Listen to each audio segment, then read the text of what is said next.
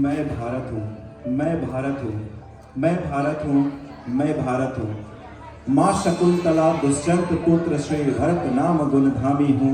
है दांत शेर के जो गिनता मैं उस पौरुष का स्वामी हूँ। खो खो कर पाया है हमने, पा पा कर हमने खोया है।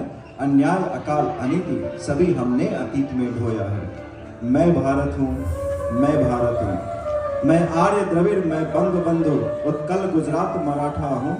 मैं मारवाड़ मेवाड़ पूज्य, मैं शान पंजाबी ढाटा हूँ।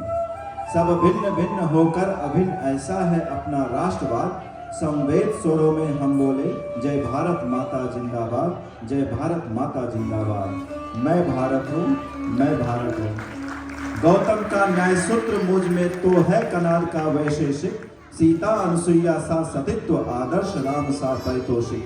ऋग्वेद ऋचाओं का साक्षी, मैं सिंधु सभ्यता का पोषक। गौतम प्रबुद्ध बुद्ध महावीर, स्वामी विवेक से उद्घोषक। गीता सा कर्म योग देकर मैं आज सकल जग आरत हूँ। मैं भारत हूँ, मैं भारत हूँ, मैं भारत हूँ, मैं भारत हूँ। भारतवर्ष के इन्हीं पारंपरिक मूल्यों एवं अपने ऋषि मुनियों और महिषियों के अस्तित्व से ये भूमि धन्य हुई, महान हुई। कन्याकुमारी से क्षीर भवानी का।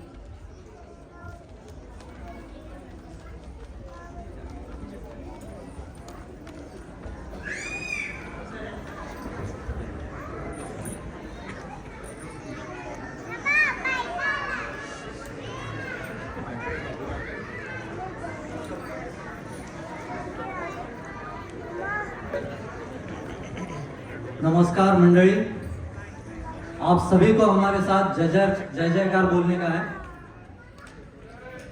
पंढरीनाथ महाराज की जय।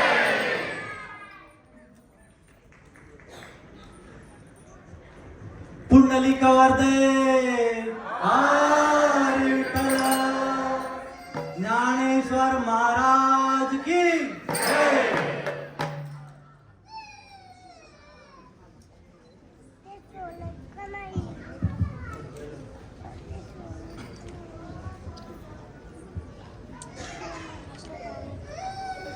सारे गम पध प ध प मग रे सा रे गम पध नि सा।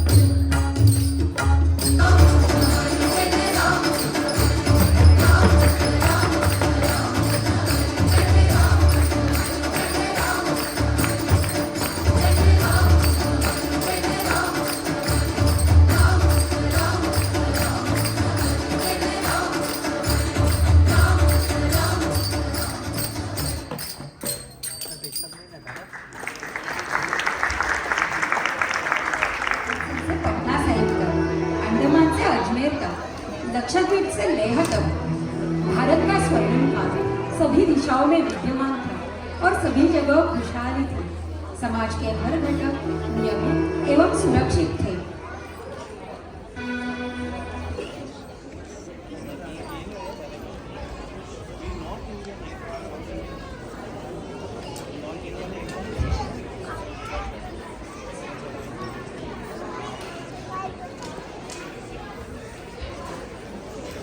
भारत में प्राचीन काल से ही गुरुकुल शिक्षा प्रणाली प्रचलित थी। गुरुकुल एक प्राचीन शिक्षा संस्थान था जहां शिष्य अपने गुरु के आश्रम में रहकर विभिन्न विषयों में शिक्षा प्राप्त करते थे। गुरुकुल शिक्षा प्रणाली में गणित के साथ साथ विभिन्न विधाओं की भी शिक्षा दी जाती थी, जैसे कि बौद्ध साहित्य, पाली व्याकरण, तर्कशास्त्र और सामाजिक मूल्य।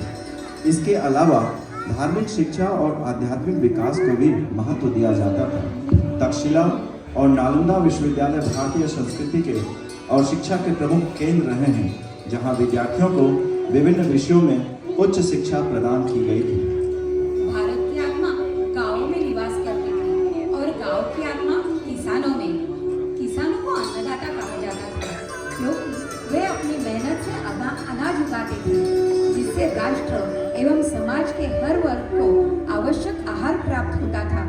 उनकी मेहनत और उत्साह के कारण ही वे अन्नदाता कहलाते थे।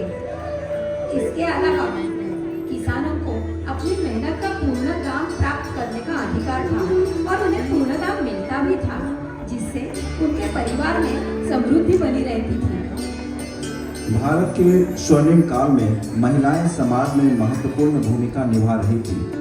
इस समय का सामाजिक और सांस्कृतिक वातावरण उन्हें समाज में सम्मान और सुरक्षा प्रदान करता था। सामाजिक समानता, शिक्षा, राजनीतिक और सामाजिक सक्रियता, धार्मिक सामंजस्य, सांस्कृतिक समृद्धि, इन सभी कारणों से महिलाएं उस समय काफी सुरक्षित महसूस करती थी।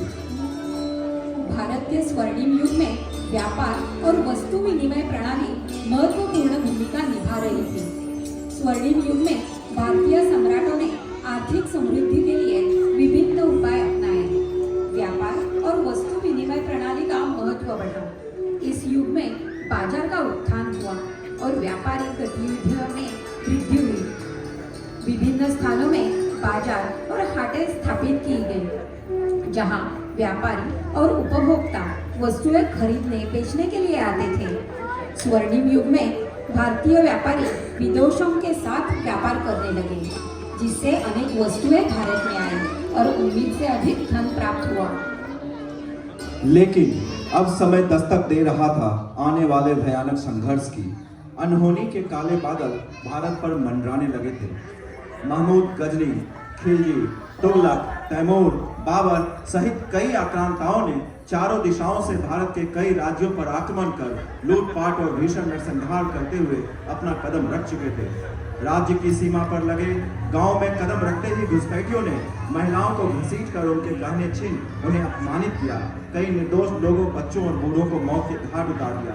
देखते ही देखते हिंसा का काल पूरे गांव को निगल गया।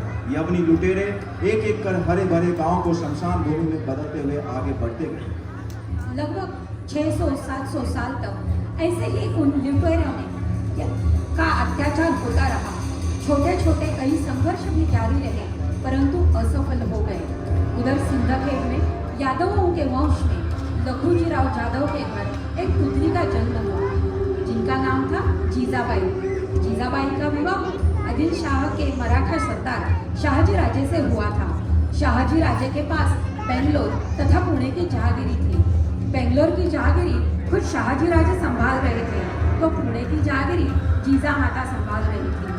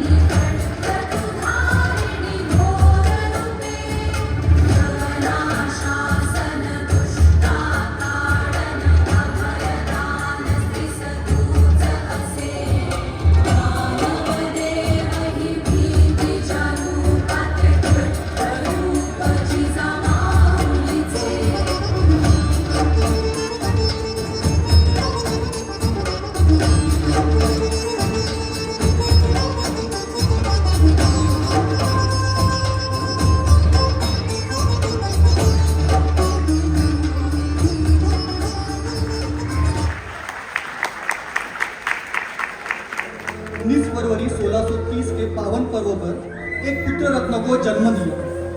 किले पर शिवाई देवी के नाम से उस नवजात शिशु का नाम शिवाजी रखा गया। देश के मूल निवासियों पर हो रहे अत्याचार से, गुलामगिरी से मुक्त कराने के लिए जीजामाता को अपने पुत्र को तैयार करना है।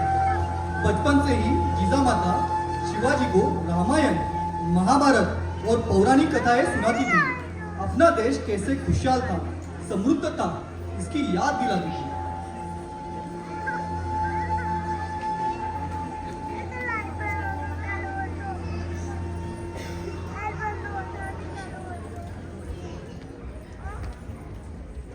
माँ साहेब, आप क्या पढ़ रही हो? यह भगवत गीता है शोभा। भगवत गीता? ये किस बारे में है? भगवत गीता अपने हिंदू धर्म का आधार है शोभा। कौरव पांडवों के बीच युद्ध के समय भगवान श्री कृष्ण ने अर्जुन को दिया हुआ प्रवचन भगवत गीता है, जिसमें आध्यात्मिक ज्ञान के साथ ही धर्म सत्य की रक्षा करने के लिए योग्य न्याय देने के मूल मंत्र हैं। ये कौरव और पांडव कौन थे? वे क्यों लड़ रहे थे? शोभा, वैसे तो वे सभी भाई थे, परंतु कौरवों द्वारा अधर्म बढ़ गया था। धर्म का विनाश हो रहा था।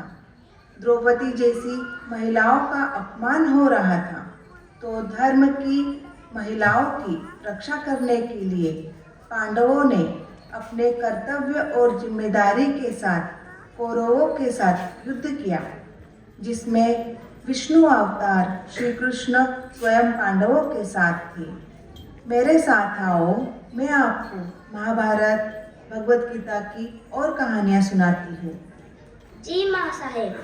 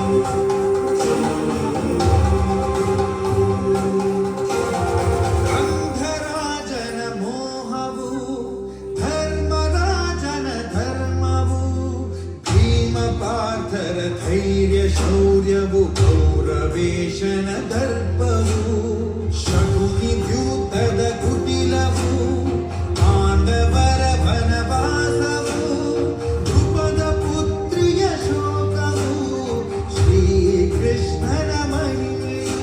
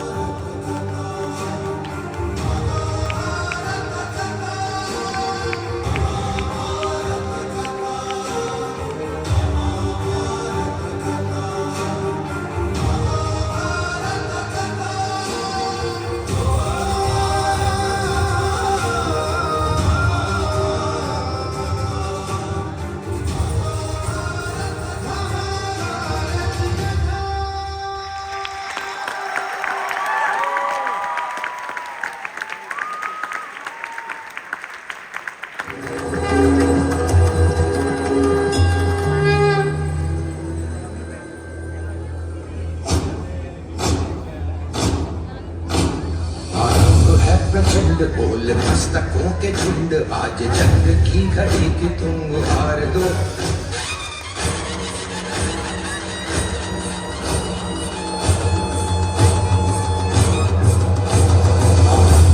प्रचंड बोल मस्तकों के झुंड आज जंग की घड़ी की तुम हार दो आन आन शान या की जान का हो दान आज एक धनुष के बाण पे उतार दो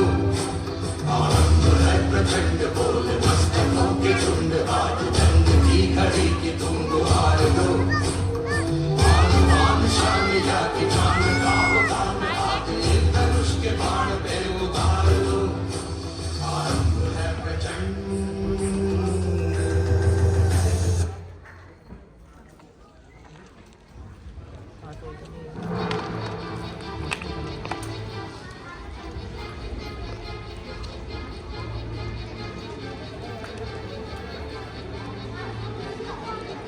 माँ साहेब जीजाऊ और गुरु दादोजी कोटदेव की छत्र छाया में शिवबा का युद्धाभ्यास और शस्त्र शास्त्रों की पढ़ाई हो रही थी। शिवबा अब 15-16 साल के हो गए थे। एक दिन वे अपने साथियों के साथ जागीर में घूम रहे थे तो उन्होंने देखा कि आदिल शाह के कुछ लोग मासूम लोगों को लूट रहे थे, औरतों पर अत्याचार कर रहे थे। अपने साथियों की मदद से उन्होंने आदिल शाह के लोगों को वहां से हटा दिया, पर इस घटना से उनका मन बहुत उदास हुआ और उनको गुस्सा भी बहुत आया। राजवाड़ा लौटकर शिवबा ने सारी घटना माँ साहेब को सुनाई।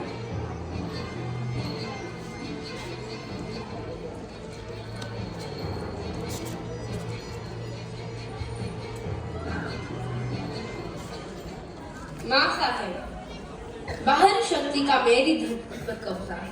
मेरे अपने लोगों पर होने वाला अत्याचार आज मैंने अपनी आंखों से देखा तो मन बहुत ही दुखी हो गया है।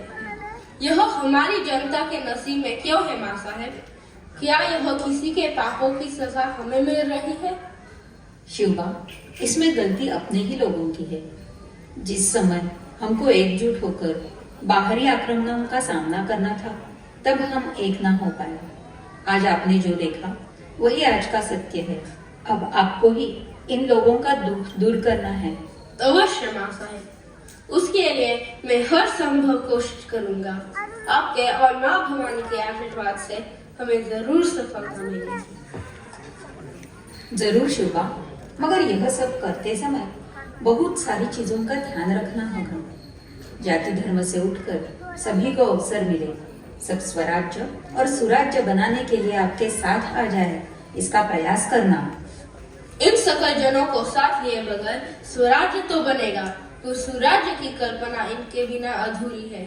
जिस किसी को स्वराज्य की कल्पना से प्यार है और अगर वो हमारे साथ आना चाहते हैं तो वो जरूर शिवाजी की सेना का भाग होगा। आपके पिताजी का कुल प्रभु रामचंद्र का सूर्यवंशी कुल है तथा आपकी माता का कुल यादव कुल है जो भगवान श्री कृष्ण का कुल है। आपके शरीर में इन दोनों कुलों का अदम्य साहस है। आपकी जीत निश्चित है शोभा, यशस्वी भवो।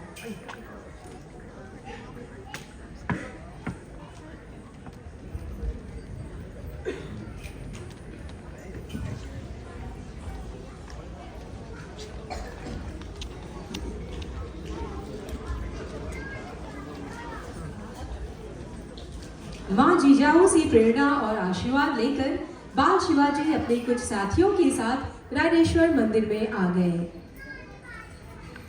साथियों, अपने आसपास अपने ही लोगों पर बाहरी लोगों का अत्याचार आप सभी देख रहे हो। यही हाल सारे देश में है। ये माटी अपनी है, ये देश अपना है। यह अपना खुद का मतलब स्वराज्य होना चाहिए और यही माँ साहेब जीजाऊ की भी इच्छा है। देव, देश और धर्म की रक्षा करने के लिए अपने देशवासी सुखी हो, आनंदी हो, इसके लिए यह बहुत जरूरी है। तो चलो इस महान कार्य को ही अपने जीवन का लक्ष्य मानकर आज हम सब यहाँ महादेव रायरेश्वर को साक्षी मानकर स्वराज्य की शपथ लेते हैं।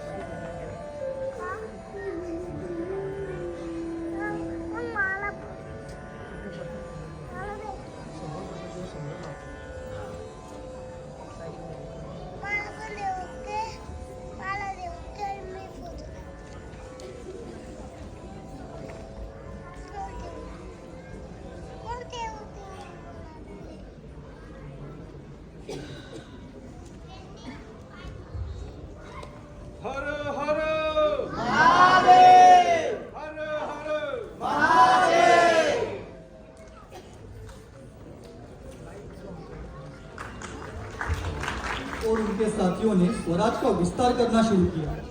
महज 16 साल की उम्र में उन्होंने तोरना किला जीतकर सही मायने में स्वराज का तोरण बांध दिया।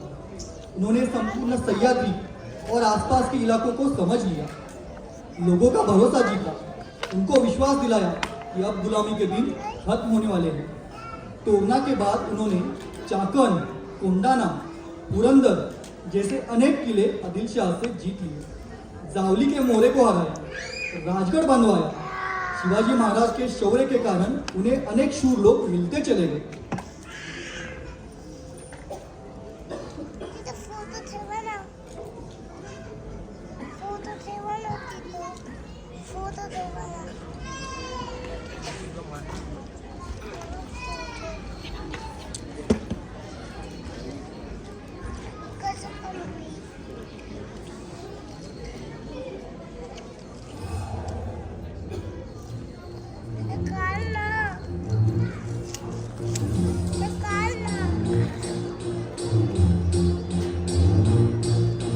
चमके सितारे देखो हमारे शत्रु तो सारे हारे। जय हो।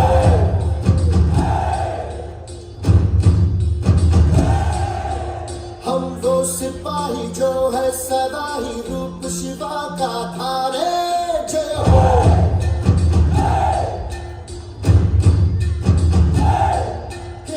आज अंधेरे छटे हैं, कम हुए हैं घटे हैं, जो दुश्मन यहाँ थे आज पीछे हटे हैं। गाती ये धरती है, गाता ये अंबर है, गाती है सारी हवा।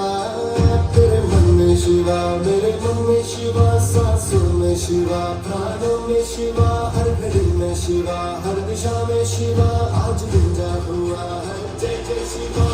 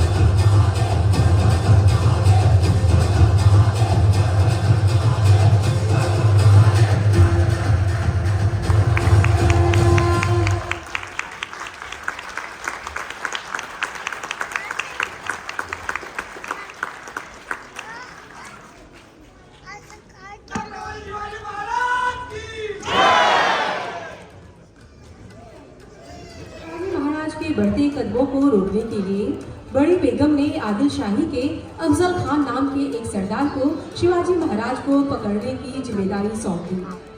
अफजल खान के बहादुरी के किस्से भी मशहूर थे। एक और शिवाजी महाराज के पास केवल 6000 घुड़सवार थे और 7000 सैनिक, तो दूसरी ओर अफजल खान के पास 12000 घुड़सवार, 10,000 की पैदल सैन्य टुकड़ी, 15,000 हथियारबंद सैनिक, लगभग 100 हाथी, 1200 ऊंट और 90 तोपें थी। रास्ते में अफजल खान की सेना ने काफी तबाही मचाई। उसने कई गांव ध्वस्त कर दिए, महिलाओं पर अत्याचार किए और तो और शिवाजी महाराज की कुलदेवी तुलजा भवानी के मूर्ति को भी तोड़ दिया। शिवाजी महाराज को यह सुनकर गुस्सा तो बहुत आ रहा था, लेकिन वह सही समय की प्रतीक्षा कर रहे थे।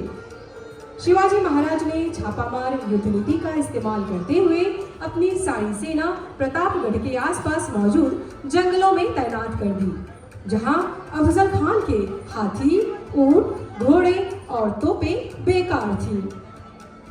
मां जीजा माता का आशीर्वाद लेकर शिवाजी महाराज राजगढ़ से प्रतापगढ़ रवाना हुए।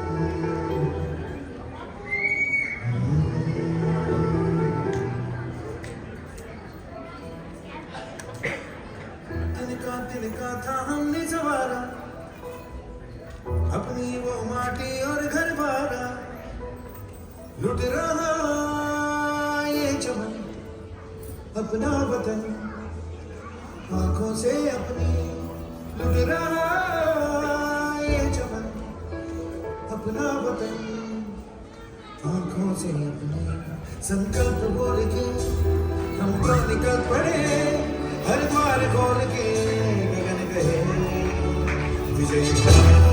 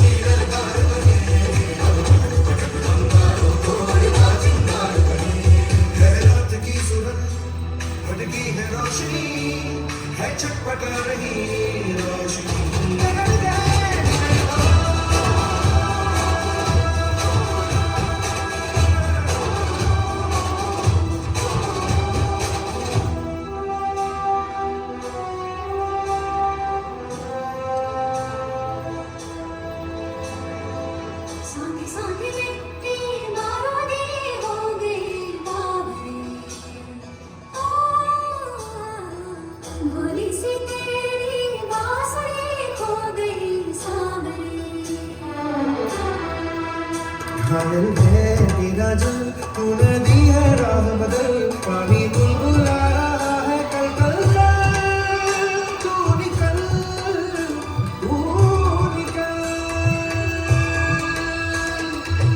माटी ने तेरी आज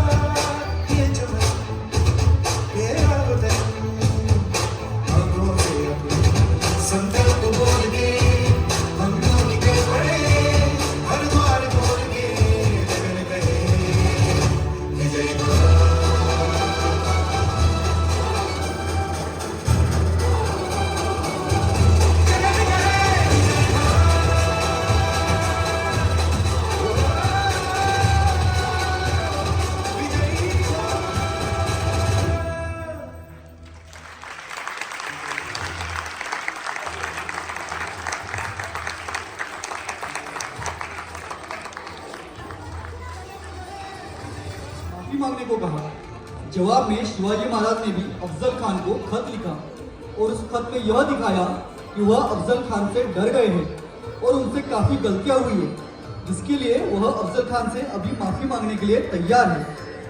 ठीक प्रतापगढ़ किले के नीचे इस मुलाकात के लिए एक शानदार शामियाना बनाया गया। दोनों योद्धा अपने 10-10 अंगरक्षक लेकर आए थे, जिन्हें मुलाकात के वक्त शामियाने के बाहर खड़े करने की बात तय हुई थी। अफजल खान शामियाने में दाखिल हुआ। दूसरी ओर शिवाजी महाराज भी सतर्क थे। बातचीत और माफी मांगना तो इस मुलाकात का सिर्फ एक दिखावा था। अफजल खान तो शिवाजी महाराज को मारने की योजना बनाकर आया था। अपने दुश्मन की सोच से एक कदम आगे रहने वाले हिंदुस्तानी शेर ने पहले ही बचाव के तौर पर अपने कपड़ों के नीचे चिलकत पहन लिया था और अपने कमरबंद में वागनर को छिपा लिया था। शामियाने में दाखिल होने पर अफजल खान ने शिवाजी महाराज से गले मिलने आगे कदम बढ़ा लिया।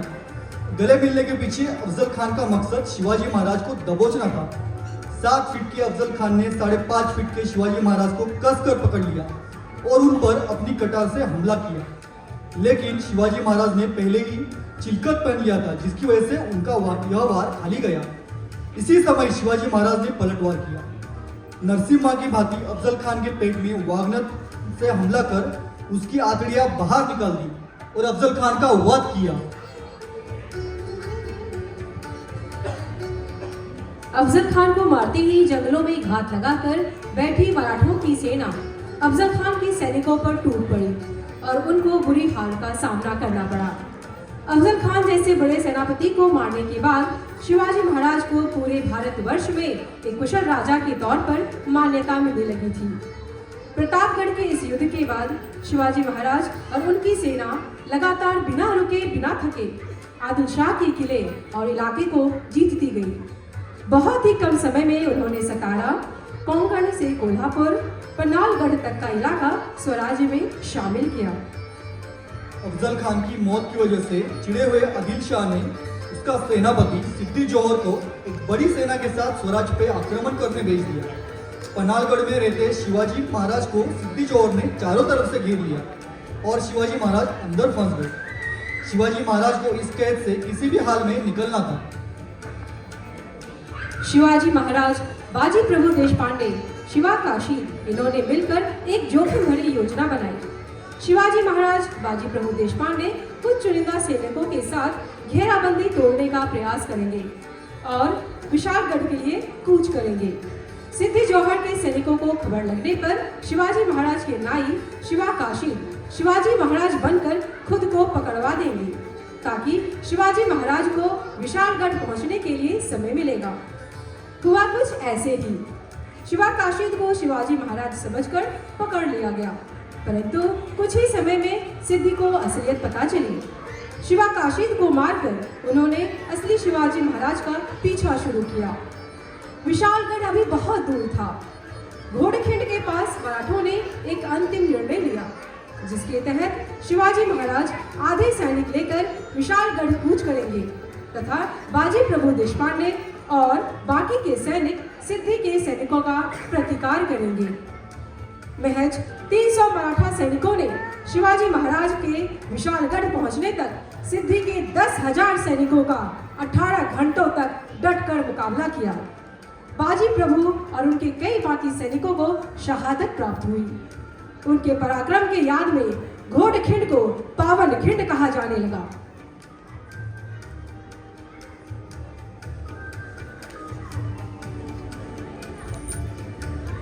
इस घटना के बाद बीजापुर के आदिल शाह का शिवाजी महाराज से संघर्ष थोड़ा कम हो गया, परंतु उत्तर की तरफ से औरंगजेब ने शिवाजी महाराज के खिलाफ मोर्चा खोल दिया। औरंगजेब ने अपने मामा शाहिस्ते खां को शिवाजी महाराज का बंदोबस्त करने के लिए भेज दिया। उत्तर से दक्षिण आते समय शाहिस्ते खान ने स्वराज के काफी इलाकों का नुकसान किया। अत्याचार, लूटपाट करते शाहिस्ते खान की 1.25 लाख की सेना पुणे तक पहुंच गई। पुणे के लाल महल में शाहिस्ते खान ने अपना डेरा जमा लिया। इसी लाल महल में शिवाजी महाराज का बचपन बीता था। लगभग 2 साल शाहिस्ते खान ने पुणे और आसपास के इलाकों पर कब्जा किया और वहां के लोगों पर जुल्म करता रहा। शिवाजी महाराज ने शाहिस्ते खान को सबक सिखाने के लिए एक साहसी योजना बनाई।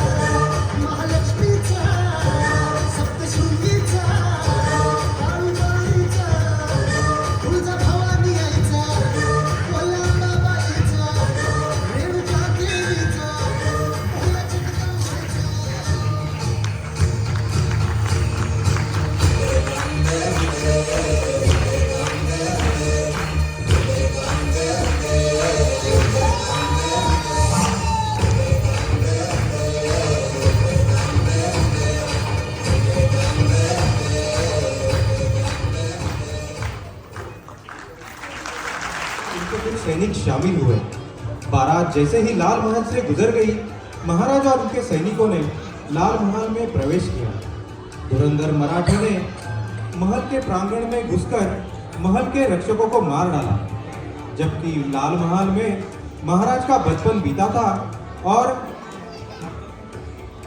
और महाराज के गुप्तचरों द्वारा मिली जानकारी से महाराज ने सीधे शाइस्ते खान के शयन कक्ष में प्रवेश किया। अचानक हुए हमले से शाइस्ते खान भागते हुए खिड़की से कूदा। शिवाजी महाराज ने उस पर वार किया। उसमें शाइस्ते खान की 3 उंगलियां काट दी। अफरा तफरी मचने के कारण शिवाजी महाराज और उनके सैनिक वहां से भाग निकले।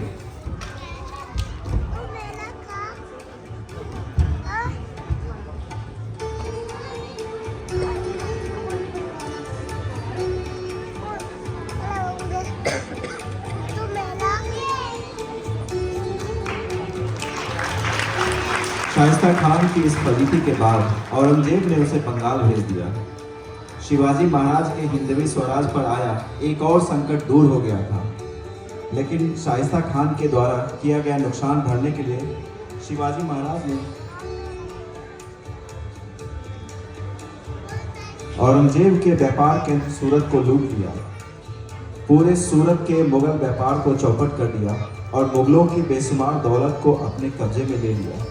इस घटना से औरंगजेब का गुस्सा 7वें आसमान पर था। इसका बदला लेने के लिए औरंगजेब ने अपने राजपूत सरदार राजा जय सिंह को शिवाजी महाराज के राज्य में उतारा। ईस्वी सन 1665 में मिर्जा राजा जय सिंह ने 1,65,000 सैनिकों के साथ शिवाजी महाराज को पुरंदर के किले में घेर लिया। शिवाजी महाराज के सैनिक सरदार मारे जा रहे थे, प्रजा का भारी नुकसान हो रहा था। इसीलिए शिवाजी महाराज ने मिर्जा राजा जयसिंह के साथ संधि करने का निर्णय लिया, जिसे पुरंदर संधि कहा जाता है। इस संधि के तहत स्वराज के 36 किलों में से 23 किले मुगलों को देने होंगे। जब भी और जहां भी आवश्यकता हो, शिवाजी महाराज को मुगलों की मदद करने आना होगा। शिवाजी महाराज के पुत्र संभाजी महाराज को 5,000 मुगल सेना की कमान थामनी होगी तथा संधि को पूर्ण रूप देने के लिए शिवाजी महाराज और उनके बेटे को औरंगजेब से मिलने आगरा भी जाना पड़ेगा। अपनी प्रजा और एक एक सैनिक की जान बचाने के लिए शिवाजी महाराज ने सारी शर्तें मान ली और आगरा जाने को तैयार हुए।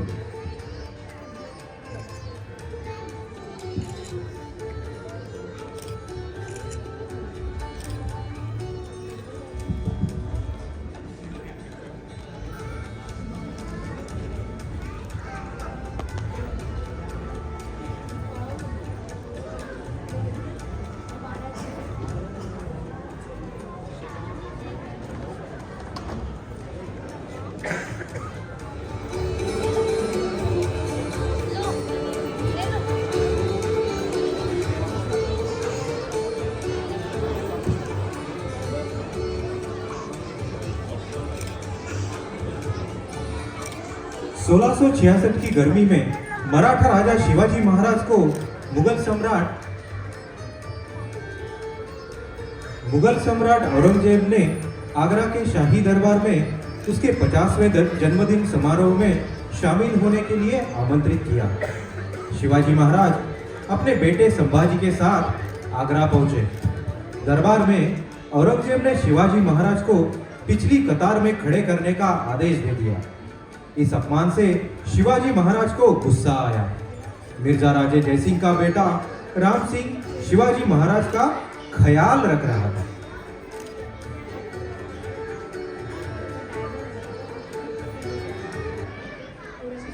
ये क्या बात हुई? ये तो मेरा अपमान है। हमसे छोटे मनसबदार सरदार हमारी अगली पंक्ति में खड़े हैं। यहाँ तक कि जो युद्ध में हमसे हार गया है वो भी हमसे आगे खड़े हैं। क्या आगरा के दरबार में शूर राजाओं की कोई इज्जत नहीं है?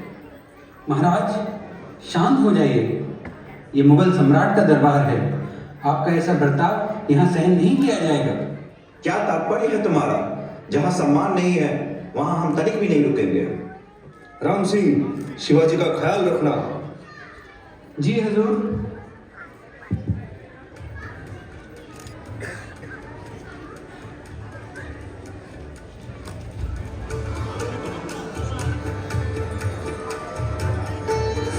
हेलो।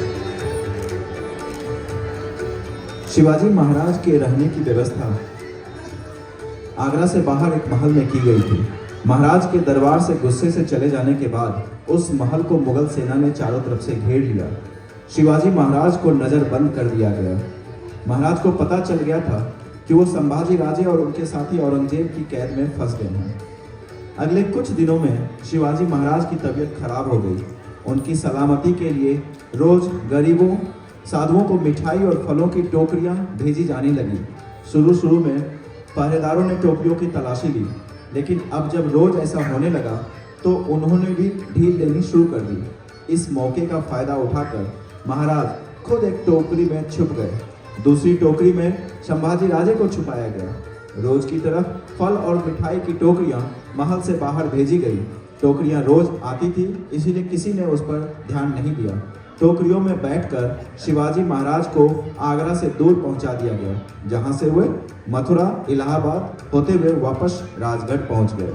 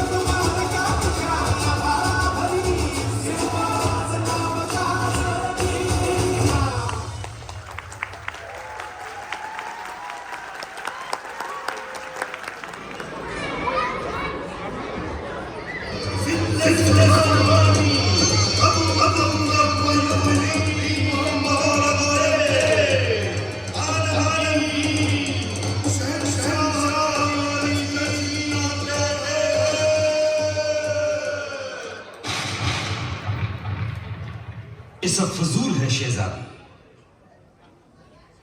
चंगेज और तैमूर के खून ने कभी शिकस्त नहीं देखी, लेकिन आज कंधार से तंजौर तक सारे हिंदुस्तान को मुगलिया सल्तनत में शामिल करने का ख्वाब देखने वाले महाबदौलत ये सब क्या देख रहे हैं? हमारी लाखों की फौज के सूबेदारों को शिकस्त देकर के खदेड़ दिया है उसने। ये है हमारे मामू जान मिर्जा अमीर उल उमरा नवाब आजम शाइस्ता खान साहब।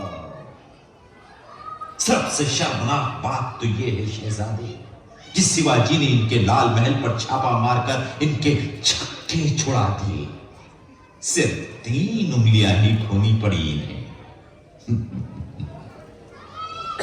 ये है हबशी फौलाद खान, जिनकी हथेली पर मिठाई धर के शिवाजी आगरा के कैद खाने से फरार हो गए। हमारे सारे मंसूबों को खाक में मिला दिया इस फौलाद खान ने। क्यों शिवाजी को फतेह हासिल हुई? हमारी तरह फौज, गोला बारूद, तोपखाना, खजाना, हाथी, घोड़े शिवाजी के पास नहीं है, फिर भी फतह हासिल होती है उसे। क्यों? मालूम है तुम्हें शहजादे? शायद तुम ये कभी नहीं समझ पाओगे। इस शिवाजी ने मजबूत किले बनाए, अपनी फौज और असला बढ़ाए, नए जंगी बहरी की तामीर की है उसने, लेकिन उससे भी कहीं ज्यादा न जीते जाने वाले मजबूत जमीर के लोग तैयार किए हैं उसने। हमने शिवाजी के सरदारों को लाखों की जागीर का लालच दिया, लेकिन उन जाबाज मराठों ने हमारी जागीर पर थूक दिया। आज तक हम दुनिया की हर चीज खरीद सकते थे, लेकिन शिवाजी के उन खुददार खादिमों ने खुद को बिकने नहीं दिया। वो झुकते नहीं, वो रुकते नहीं, वो थकते नहीं और वो बिकते भी नहीं। इसमें कोई शक नहीं कि हम खुश नसीब हैं। हमें दुश्मन भी मिला तो शिवा जैसा, कुछ भी मगर है तो हमारा दुश्मन, हमें उसे नेस्तो नाबूद करना है, अपनी पूरी ताकत लगाकर उससे जूझना है। यही खुदा का हुक्म है। तो मां जोश में आया, उसने काशी विश्वेश्वर के मंदिर को ध्वस्त किया। अपने दादाजी द्वारा निर्मित विश्वेश्वर का मंदिर गिरता देख के गागा भट्ट हैरान हुए।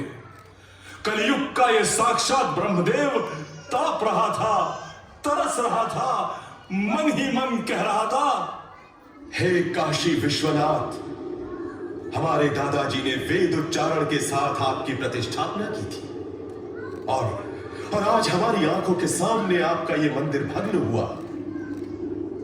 हे काशी विश्वनाथ, हमारा आज का रुद्राभिषेक बिखर गया, लेकिन हे विश्वेश्वर, दिल्ली नरेश की आंखों के सामने मैं अपने उस विश्वेश्वर को सोने के सिंहासन पर बिठाऊंगा, राज्याभिषेक करूंगा। एक दिन ऐसा आएगा कि मेरे उस विश्वेश्वर का विजय ध्वज दिल्ली में लहराएगा। गागा भट्ट ने रायगढ़ की ओर प्रस्थान किया। गागा भट्ट जैसे महापंडित के आने की खबर सुनकर महाराज ने उनके लिए पालकी भेज दी।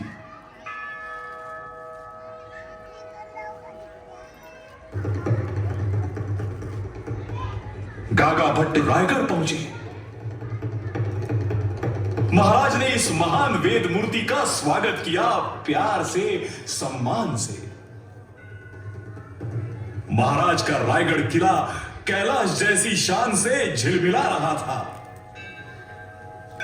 महाराष्ट्र के रामराज्य और हिंदवी स्वराज्य की इस मनोरम अयोध्या को देख के गागा भट्ट का दिल बाग बाग हो उठा।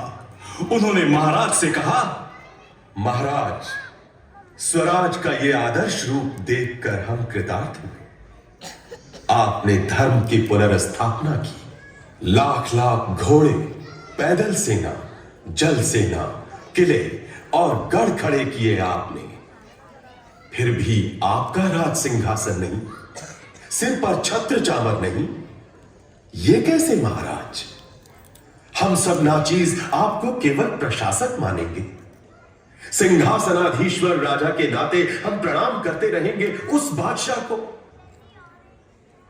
दुनिया तब तक आपको राजा का सम्मान नहीं देगी महाराज, जब तक स्वर्ण सिंहासन पर आपका राज्याभिषेक नहीं किया जाता।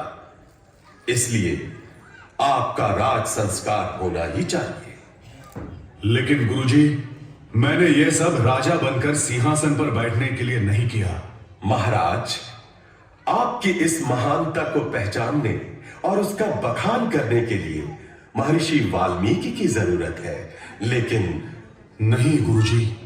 हे राजा, अगर आपको मेरी मानवीय सलाह स्वीकार नहीं तो काशी विश्वेश्वर और वेद धर्म के प्रतिनिधि की हैसियत से मैं आपको आज्ञा देता हूं कि आपको राज्याभिषेक करवाना ही होगा।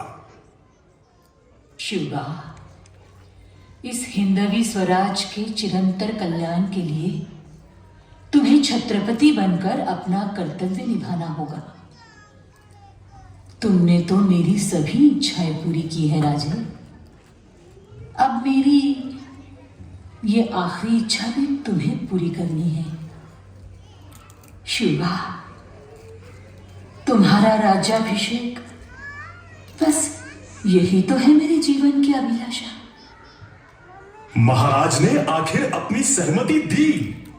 राज्याभिषेक की तिथि निर्धारित की गई। समूचा रायगढ़ खुश हुआ, पूरे स्वराज को संतोष हुआ। सबसे ज्यादा खुशी मिली महाराष्ट्र भूमि को। राज्याभिषेक, राज्याभिषेक यानी राजा का भूमि के साथ विवाह। भूमि का विवाह तय हुआ शिवाजी राजा के साथ। आलीशान राज्याभिषेक की तैयारियां शुरू हो गईं।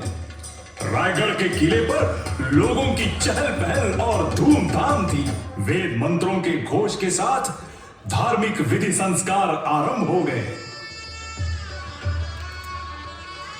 राजमाता जिजाऊ साहिबा, मां साहिबा का आशीर्वाद प्राप्त करने के लिए महाराज, महारानी साहिबा और युवराज पधारे। मेरे बच्चों, धर्म और न्याय के साथ ये रामराज यूं ही चलाते रहो। जुग जुग जियो मेरे बच्चों, जुग जुग जियो।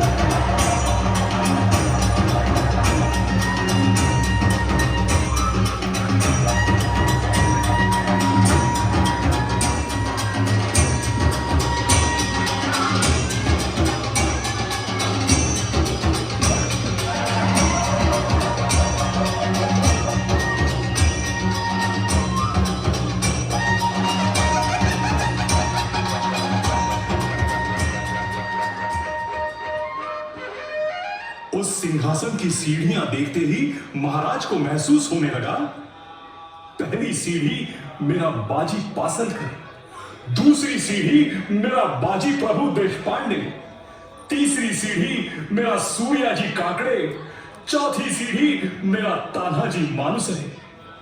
इन सारे वीरों ने स्वराज्य के लिए अपनी जान न्यौछावर कर दी। इन्हीं की बदौलत सिंहासन की ये सीढ़ियां मैं चढ़ सकता हूं। महाराज रुकिए, आप इस स्वराज के भूपति होने जा रहे हैं। धर्मशास्त्र और वेदों की आज्ञा के अनुसार आप प्रतिज्ञा कीजिए। कहिए। ये पृथ्वी मेरी पत्नी है और ये प्रजा मेरी संतान है। राजा होने के नाते मैं पूरी ममता से इनका पालन पोषण और संरक्षण करूंगा।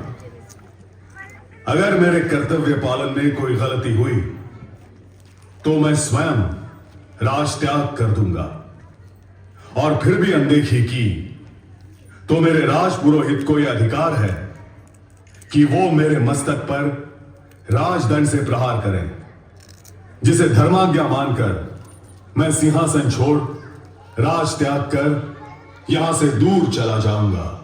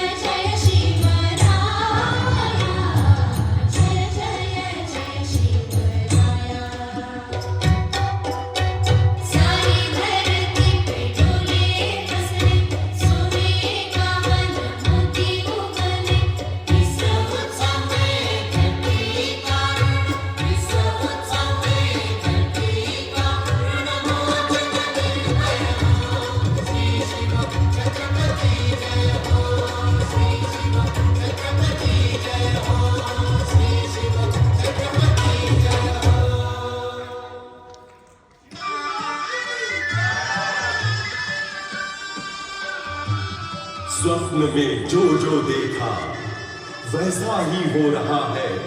निपात दुष्टों का हुआ आनंद वन भुवनी। देखा राम जी का धनुर्वेद, मुगलों पे चला जो निर्वेद। म्लेच्छ फिरंगियों का भेद, आनंद वन भुवनी। जय जय रघुवीर समर्थ।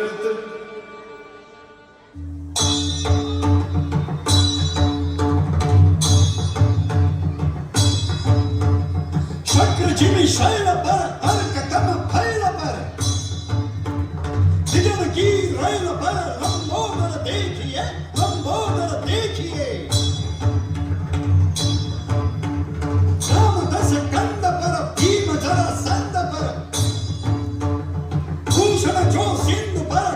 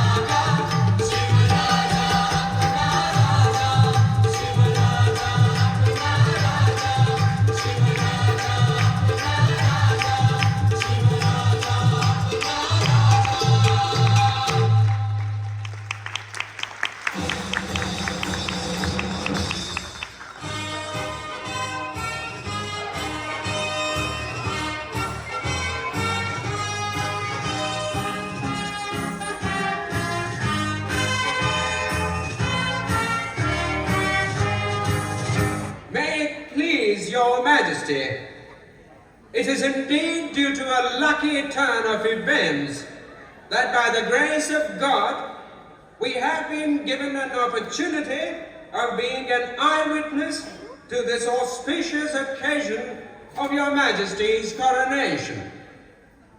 On behalf of His Majesty, the King of England, and the Most Honourable, the East India Company, as their representatives, we convey to you, sire, our sincere regards and heartfelt congratulations. We hope that the affairs of the Honourable Company will prosper under Chhatrapati Maharaja's just and benign sovereign rule.